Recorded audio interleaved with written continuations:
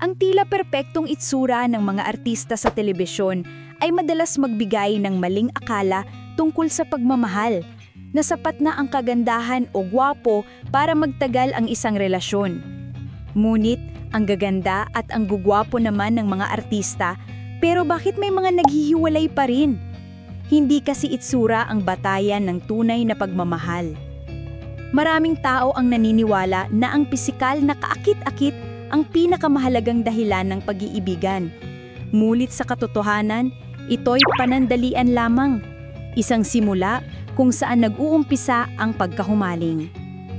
Ayon sa isang pag-aaral ng University of California, Davis, physical attraction can spark interest, pero hindi ito predictor ng long-term relationship success. Ang tunay na pundasyon ng matagumpay na relasyon ay ang pagtitiwala, tamang komunikasyon, at mga pinagsasaluhang pagpapahalaga. Sa madaling salita, maaring magtulak sa atin ang kagandahan o kaanyuan ng isang tao sa umpisa. Ngunit ang puso ang siyang nagpapatuloy sa pagmamahalan. Hindi sapat ang kagandahan sa panlabas upang mapanatili ang relasyon, kundi ang respeto, malasakit, at tiwala ang nagbubuklod sa dalawang tao sa matagal na panahon. Marami ang nabibigo dahil naghahanap sila sa panlabas na anyo, imbes na sa mga katangiang tunay na mahalaga. Kapag umaasa lamang tayo sa itsura, madali tayong masaktan kapag ito'y naglaho o nagbago. Sa halip, piliin nating magbigay halaga sa mga katangiang nagpapalalim ng samahan, katapatan, pag-uunawa, at pagkapareho ng pananaw sa buhay. Sa hindi mahirap mahalin ng isang tao dahil sa kanyang puso.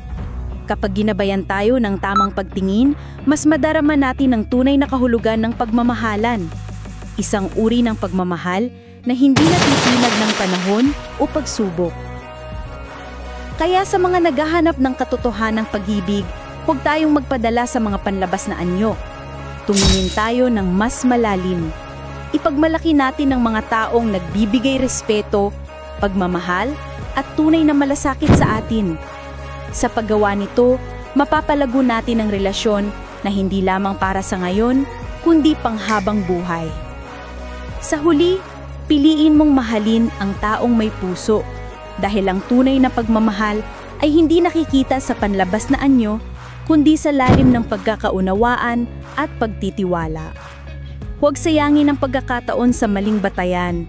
Mahalin mo ang tunay na mahalaga.